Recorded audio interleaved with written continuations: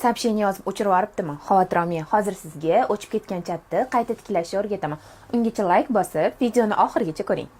Instagramga kirib, o'ng tarafdagi настройка bo'limini bosib, kirib olasiz. Ваши действияga kirib, skачать информацияni bosib olasiz. Skачать или перенести информацию bo'limini bosib, некоторые из ваших данных ga kirasiz. Сообщение bo'limini tanlab, skачать на устройствoni bosasiz. Diapazon datga kirasiz. Qaysi kundagi chat kerak bo'lsa, o'shani tanlaysiz. Misol uchun, oxirgi hafta. Сохранить bosamiz.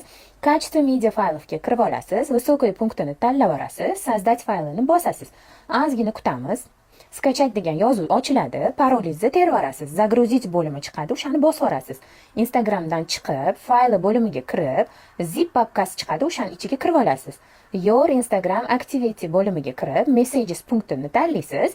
Inbox papkasiga kirsangiz, oxirgi haftadagi hamma chatlar fayl ko'rinishida sizga ko'rinadi.